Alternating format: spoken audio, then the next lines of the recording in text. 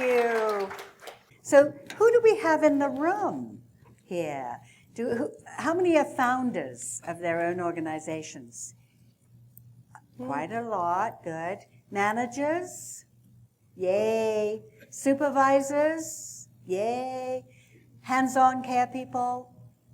Volunteers? I suppose everybody can put up their hand. Even if you answered all of the above, you may well have been putting up your hand for volunteer.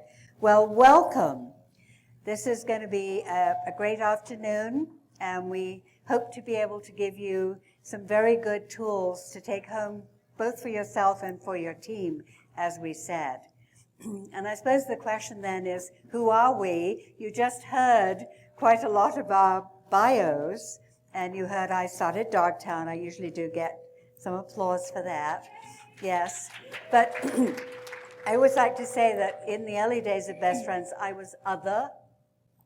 Who here has been other? Yes, okay. Yes, my other was, I was the original rabbit person. Rabbits, guinea pigs, chickens, turkeys, sheep. Somebody wanted to give us a sheep. And everyone said, well, where do we put the sheep? We don't have any space for sheep. Faith. So the sheep went to live with the chickens. And he formed a very close bond with the chickens. So, so I was other. But I first met Linda many moons ago, about 20 years ago now. Linda came to the very first How to Start, it didn't have and run in, How to Start an Animal Sanctuary that we offered at the sanctuary in 1998. Right. What? Right. I know. And I kind of slightly go hot and cold thinking about the fact of how little we actually knew in 1998. But when you're in that space, you think you know everything. Looking back at it in hindsight, we really didn't know a lot like we know now. But that was your first time because you had plans, but then life took a different direction. And what was it, about 6 years later, you started Blessed Bonds? Right. Blessed Bonds was Linda responding to the needs of the animals and the people in her community to offer a temporary foster program. Do you want to say a little bit about that? Sure. So we would temporarily foster people's dogs and cats who were in some kind of crisis, whether they were in the hospital or going to jail or domestic violence situation or just homeless, jobless. And then we would give them their pets back when they were able to take them back. Yeah. And Linda and I had connected early on, but we reconnected in Chicago. What year was that? So that was 2002. Because I was beginning to see how important this topic, how to relate to the emotions that are consequences of the work we do and the stress it puts on us, how important it was for us to have a representation at conferences and events. And so from that day on, we have worked together to create the presentation that you're going to see. It's evolved. We're not giving you the old one. We're giving you the new one. It evolves all the time. But join with us in seeing what we can do to help ourselves and help those we work with. So I should just add, while we're talking about ourselves, is one of the extra ways I relate to all of you is even though when Faith and I got together, she saw that need for helping people with burnout way back in 2000. And so she thought, oh, I better get a psychologist, somebody that has some good professional information to help her out. And so originally that's all that I was. But after I started Blessed Bonds, after about just a few weeks, well, maybe a few months into running it, I ran it for about 8 years, I experienced burnout and compassion fatigue and depletion and exhaustion. To prove my point, I went to a talk on a man who was saving whales, and he had been doing so much work doing that. He had done some illegal activity, and he landed in jail for 9 months. And when I was listening to him talk, I thought, oh, how lucky, how wonderful. Yeah, so you can see something wasn't quite right there.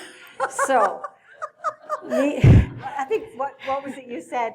Oh, that sounds really peaceful. Yes. And No phone. I think you heard he was writing a book, and you said, oh, I could use that time to write a book Yes. too. Yes. So the good news is, I gave Blessed Bonds to another much greater organization that has been able to do well with it. So it's still thriving, and I'm still alive. And now that's where my passion comes from, to make sure to let all you in And I think on it. we often do say that we are in recovery. Yes. Because if anyone's read the book about the early days of best friends, has anyone read that book? Yeah. Okay, then I would say then you read about my nervous breakdown. That's a little exaggeration. But working with that stressful job, I was unofficial animal control, as well as feeding hundreds of dogs and doing all this other stuff. So we both have experienced maybe what you guys are experiencing, or certainly people that you know are experiencing. But we want to tell you there is light at the end of the tunnel. We are in recovery. Yes, we walk the burnout talk. Yes. Right? Okay, so let's go back to who we have in this room. Who in this room is a compassionate lifesaver? Everybody. Okay, so let's just demonstrate that. So are you tuned in to the suffering or a need of an animal? It stirs your heart inside, moves you to action. Does that sound what you guys do? It's pretty natural, right? You don't have to work on it. Now let me ask you something else. Are you tuned in to your own personal needs? They stir you inside, and you need something, and you're ready to take action. A little bit, good. Yay, good for you. Not quite as natural. Yet taking care of you and your team is going to be what saves more animals. And that's what compassionate life-saving is. It's letting compassion flow where it's meant to go. And where that is meant to go is, yes, to the animals, but also back to yourself, to each other, to the public, to out there in the world. Because we all know what a powerful energy compassion is. So when we block that compassion from going back to us, we're blocking this really powerful energy that does great things, and it actually can end up doing harm to ourselves, our health, our families, relationships, each other, our team, our organizations, and the whole movement to help animals. So that's what we're going to be looking at today. First, this powerful nature of compassion. Second, what are the challenges that we all face as animal-loving people that make it hard, that mean that even though I'm a psychologist that should know better, I totally depleted? What is it? What is it about this work that is challenging for us like that?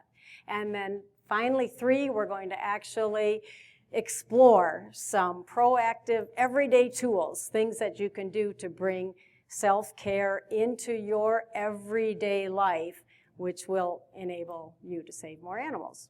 How does that sound? Good. Okay, here we go. A very brief neuroscience lesson here explains the nature of compassion. And I get this from Stanford University.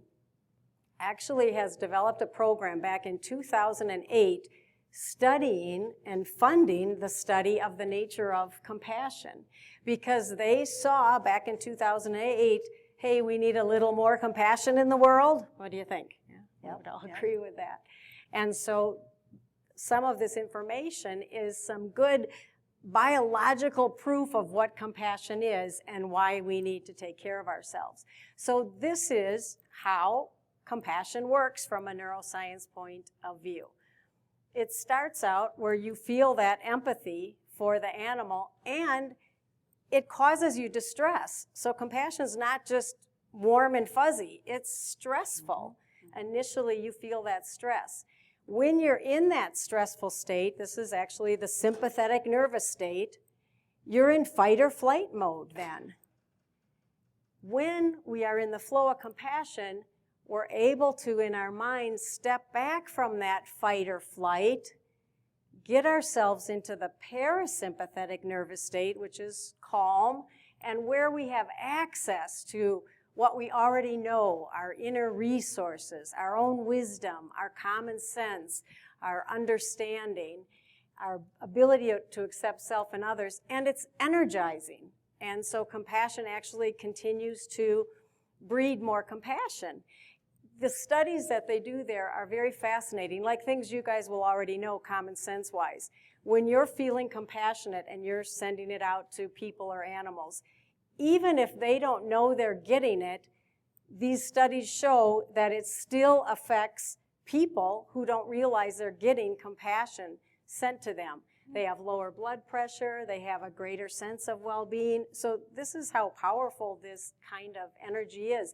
Another really interesting thing they discovered is that compassion is not something you can create or manufacture. It's innate, but you can help cultivate it. You can help bring it out in people. So if we look at all of you animal people, until one has loved an animal, a part of one's soul remains unawakened. Who's got a wide awake soul? Everybody in here. So you've already, not even knowing it, it's just natural that your compassion has been awakened. You're in touch with it. It's cultivated, which is a great thing, but kind of a scary, powerful thing, too. This picture, by the way, was one of the Blessed Bond reunions.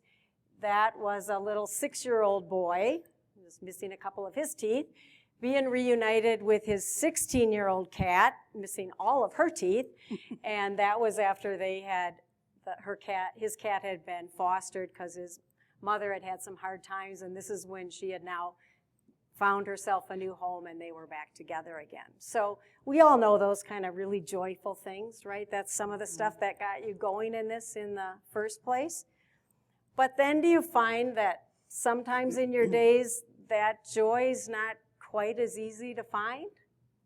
It's blocked by sadness or guilt or not enough sleep, stress. Distress, as you said there. Distress, yes. So what is happening there from a neuroscience point of view? Okay, you've got your empathy and distress. You're in your fight or flight mode. When you're in fight or flight, your frontal lobes aren't engaged as well. You're just fighting or flighting. So all kinds of automatic reactive thoughts start whirling through your brain, and then you react. When we do this hour after hour, day after day, this is what contributes to compassion fatigue, burnout, a lot of negativity toward ourselves and toward others, and it's very depleting. This is some of what we might even see, and on this chart I've divided up body, mind, and soul. As a psychologist, I have learned that people do tend to show their stress and their lack of self-care through different symptoms. Some more in the body, some more in the mind, some more in the soul, which is your innermost essence and ability to embrace life. Any of these stand out for anyone? Shout it out. The whole thing. We're hearing this. Yeah, and Linda's done this presentation in other countries, and you get the same reaction. Yes. The two, when I was looking at it again just before we came on, exhaustion, I think, is one that I think a lot of us can maybe relate to. And it's not just being tired from work, it's exhaustion. Of course, the other one I look at is the over and under eating. One of my go-tos. Usually the over, not the under. Yeah. And so, of course, we can be on this spectrum. One day we may seem to have all of them, and maybe there's another week where it's not quite the same. This is all up and down. Yeah. We all know what that's like. Our days are all different. Yeah. Now, besides just individual signs, then there are also signs that our organization as a whole is going down that road to burnout and depletion. Mm-hmm. Yes. Anyone here relate to that? Yes, yes. I know even, Best Friends has been around for 35 years, but it's like any other organization. It's full of people who make mistakes, people who don't get on, the interpersonal conflicts. And well, of course, one of the things that's now in our world is social media. and looking at that one, negativity spreads. Who's had to deal with that? Oh, yes. Hands up, hands up. Absolutely. This has been something that back in those early days of Best Friends, we might have people grumbling, but they could only write a letter about it. Yeah. Now it can go on every single platform out there if they're upset with us. So less teamwork, and people leave. You know, it's not attractive being around stress or personal conflicts. It's not. And we want to keep people. One of the reasons I wanted to do this presentation all those years ago was we were losing too many people to all of this. We need people. And so this is why it's important that we address this. Right. And then, of course, the animals feel our stress too, and they're the last ones we want to be in any way hurting, because this is our whole purpose and our whole mission. So again, I always am willing to give one of my bad examples of everything not to do unless you want to burn out and deplete. So when I was running Blessed Bonds, I got this call that we needed to go get a couple cats over there pretty quickly, because a visiting nurse was seeing this lady in Chicago and said, we need to get her to the hospital immediately. And she had told the lady to just let her cats out. They can fend for themselves. 2 10-year-old frontal declawed cats, which of course wasn't good advice. Luckily, she called Blessed Bonds, and so I felt this urgency to get out there right away. And my older dog, Fritzy, was outside, and so I'm yelling to her, Fritzy, hurry up. And you know, she's got arthritis. She's trying to come as fast as she can, you know. So that always hurts a little to think the last thing I wanted to do would be to in any way cause stress and hurt to my own. And that's often what we find is people don't think about the fact that when we're in that stressful state, the ones we care for and love the most, our own animals around us, are also feeling that. And humans too. And the humans, yes. If we care, yeah. if we care, yeah. But I think it brings us up short when we realize we're not just dealing with it internally. That emanates and can affect the animals in our lives. So it's worth thinking about. Yes. Okay, so in case you have thought none of this applies to you, you get a test now. So we have the test being passed out. It's just a little self-check test. It's nothing fancy, and it's not going to do anything bad for you. It's just looking to see what blocks the flow of compassion in yourself and with your team when giving to animals. And you start with the part 1. Are you concerned that you and or individuals in your organization, and you rate it from 0 to 5. And it's just what you think today. These tests are always kind of on the spot. Mm-hmm. Yeah, Linda and I take them all the time, and they're always different. I know one time I scored very high in one area, and Linda looked at me and she said, wow, you need some help. You know, because normally I was more in the middle, and this particular time, so it's whatever you reflect what state you're in right at that moment. So it's kind of a nice, handy self-check just for you and your organization even to do from time to time. Yeah, take it home with you and use it. So what you do is you'll end up with 3 subscale scores and then a total final score. And this one can always be done just individually, just for you, or you can think in terms of you and your team. All right. Let's look at some scores here. Let's ask. Who's got? 0 to 20. Anybody have 0 to 20? No. We usually say then, good, you're in the right room. 21 to 50. Okay. And 51 to 75. Oh, okay. You want to read with them? Yes, okay. 0 to 20, we didn't have anyone, but suggest that you and your organization have practices that encourage self-care and have found coping strategies that help with the challenges of this work. Well, they're obviously out there in the corridor somewhere. We don't usually we don't usually get the that. test no. is rigged. We don't usually get anybody in that area. Yeah. 21 to 50. Yeah, we had a lot that there. was a lot of people. Yay. Suggests that more self-care and self-compassion is needed in your organization now to reduce burnout and enhance team connectedness. You're in the right room. 51 to 75. Well, We that had a few. happens too, Yeah. sure. Suggests that signs of burnout, compassion fatigue, and interpersonal conflicts are present. A stronger focus on self-care and self-compassion is needed to increase the energy, cooperation, and joy in your organization. And I'm sure those of you who registered in that area would say, yay, we agree. Okay, and then under that are just your subscale scores, and that's what we're going to be looking at. What are those 3 unique challenges that we who have compassionate hearts for animals are always going to face? And this has been so interesting for Faith and I, because we have given our talks all kinds of places from east to west, and then even I got to go to Egypt and Bali, and I thought, oh, people are really going to be different here in terms of the stress.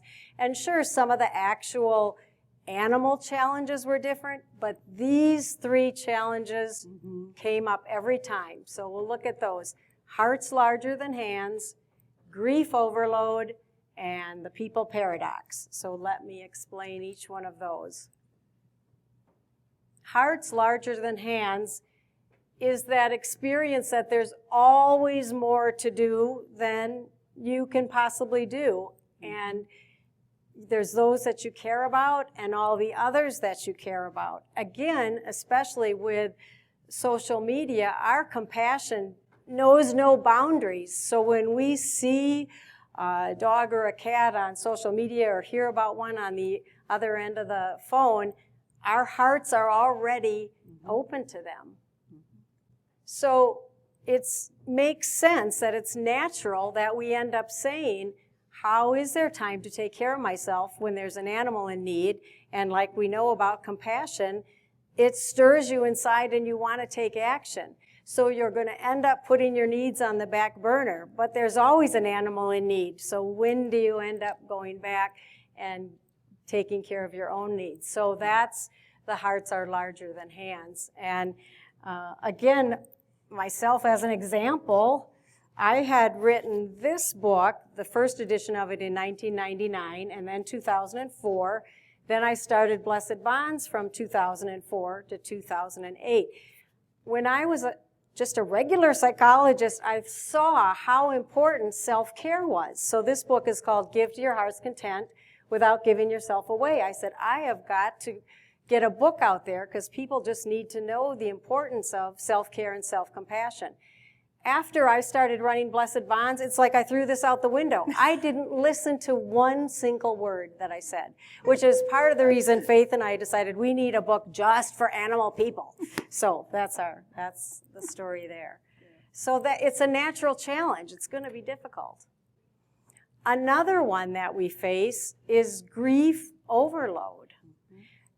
There's so many animals. There's the ones you cannot help. There was this one lady that I knew that she was involved in pug rescue. And she, of course, then was inundated with all of the pugs that needed help from across the country. And there was this one particular one that she couldn't help. She couldn't get a transport organized in time to get this dog out of jeopardy into safety. And she came to talk to me about it, and she was locked in to that failure. This was not even a dog. She just saw the dog, and felt the need to get that dog to safety. And the fact that she couldn't was haunting her. She was literally locked in. Yeah. And grieving. To grief and self-punishment. I mean, it was kind of painful, really. I hope I helped remind her that she helped a lot of animals, and some are going to go another way. Other ones that we've seen a lot of recently, I have, is personal loss. You lose someone close in your family, not only your own personal pets and your animals, but maybe a relative. One family I was dealing with recently, they lost a young daughter to suicide, and that profoundly affected their ability to cope. And it just all compiles. Yeah. It's adding so much grief. I know when I run the pet loss support group in Chicago, sometimes we're dealing with somebody who's grieving the loss of their pet, and we all know what that's like. It's very hard, and it can feel completely devastating. But for some of these people, when I'm there talking to them, I realize that's their first big animal loss ever in 45 years of life or 50 years. And here we all know what we've faced. It's not a normal amount. Plus, crisis and trauma is so common also when we're helping animals. And this isn't the normal way humans are set up to deal with that much grief and loss and sadness. And actually, in the psychological world, there's a term for that. It's called cumulative grief. And this is when people have frequent and multiple loss, and it leaves them with just a lasting sadness. And yet this is something we naturally have to deal with in the work that we do. So that's why this is so challenging, and it makes sense that we think, well, there's too much loss to feel joy, but we need to find ways to deal with that, because it's our life and we don't want to just be sad. And the third challenge is what I like to call the people paradox, because people are difficult, right? No one will argue with me on that one. And you're even someone's difficult person. But people are both the problem and the solution in what we're doing. So they're the ones causing the problems for the animals we're trying to help, but we also need the people to help the animals. We can't do it. So there's the paradox in the heart, right? And who has that issue with their volunteers? Some? Good, okay. Maybe they're donors as well. Sometimes they're the care and feeding of donors, I call it. Yes, this is really this issue where people come into our lives, and unless you are prepared to have people help you, I'm kind of landing a little bit on the volunteers, because sometimes I hear those complaints from people who are running a small organization or even a medium-sized one or even a very large one, that people take up a lot of time, energy to cope with them. And they create effects on your work. They can disrupt your work. They can do all of that. And so sometimes it's hard for your staff, your volunteers, the people that you're working with, to be kind and polite to people, because they're adding another stress into the day. But the paradox is we need people. There are people at every stage of our work. Someone has surrendered the animal, someone has to take care of the animal, and someone's going to hopefully adopt the animal. People are everywhere, and those are the people and people are going to be giving you the money to be able to do all of that cycle. So we are stuck with people. Right. So whether we like it or not, we have to sometimes explain that to our staff. They pay your wages. They pay your salary, those people. Be nice to them. And that's why this doesn't work to just conclude, I love animals, but it's people that can't be trusted for help. Yeah. Or, you know, how many times do we sometimes hear that? Yeah, I want to just work with animals because I don't like people. Uh-oh, that's going to be a problem. Yeah. So we're stating what the challenges are, but we're not leaving you there. Yes, that's right. However, the good news, we're done with the bad news. How's that? That's it. Good, look at that. Bad news, only 40 minutes. That's pretty good for this field. We're going to outdo it with positive. You already have what is needed because the answer is compassion. And there's a really old Zen story that maybe some of you have heard about the beggar that's sitting on the street sitting on a chest, and for 30 years he's begging for money. And then one day a passerby comes by and says, hey, what's in your chest, by the way, that you're sitting on? He said, I don't know, I never looked inside. So they look inside, and there's enough gold for him to live the rest of his life.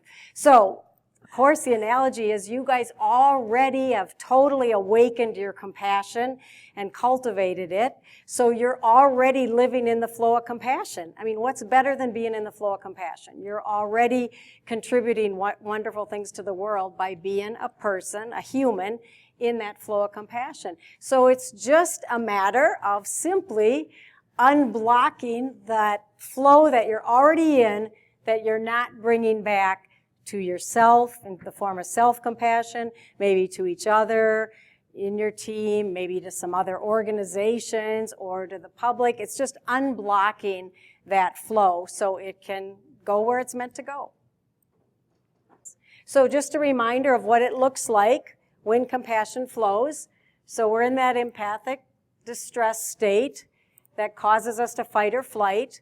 And sometimes, of course, in life, we do need to fight or flight. So I'm not against fight or flight. It's just that we couldn't do that on a continual basis without burning out. But sometimes, of course, emergencies require it, and we've all been in that place. But when we can step back and refresh, that's what we're going to be focusing on with our tools the whole rest of this session, is what does that mean to step back, refresh, which means let compassion flow where it's meant to go, kind of on a computer.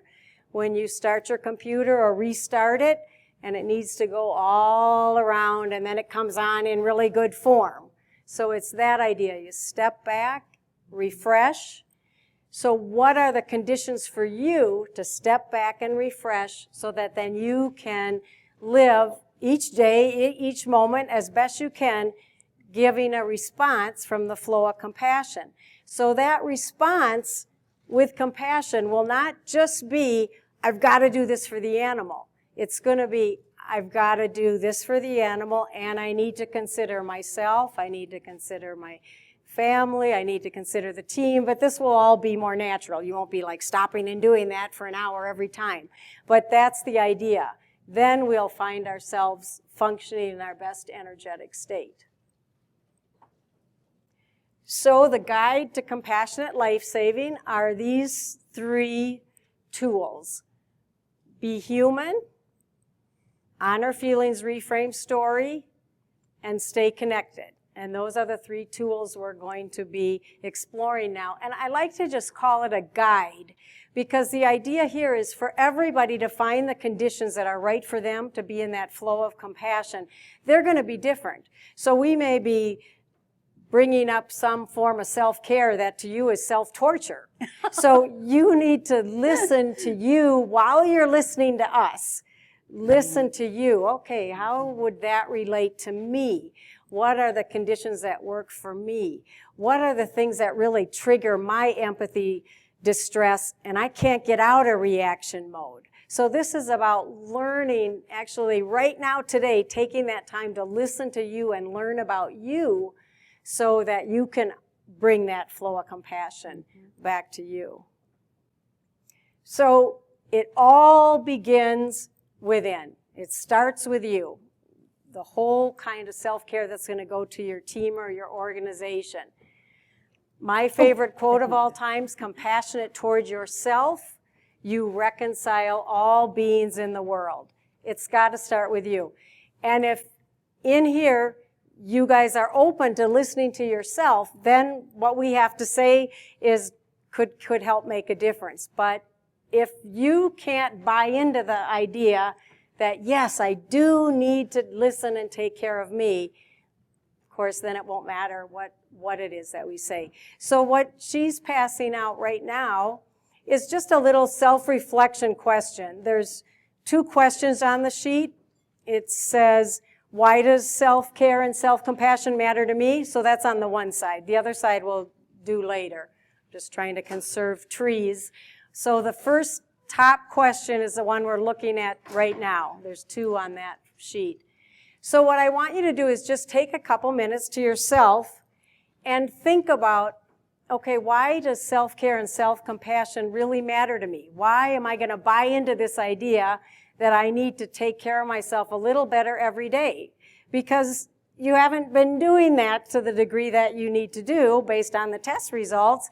So what is it going to take for you to say, yeah, I do need to do this? So again, an example for me would be, I need to take care of myself every day, because if I stood up here on this stage and looked very depleted and tired and told you how difficult everything's been, you guys are not going to think that you should listen to me. So that would be one reason that I might say, why does self-care matter to me? I don't know if you have one. And most probably after being with best friends and still active after 35 years, I wouldn't be. Right, there you go. I would have gone a long time ago.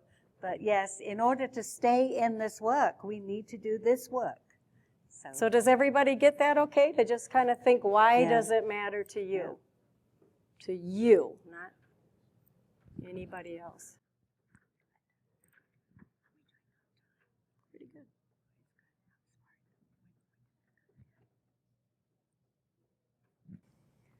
Okay. Anyone have anything to share from that experience? And let her pass the mic to you if you'd like to. It's always good to hear what people come up with if you're up for it.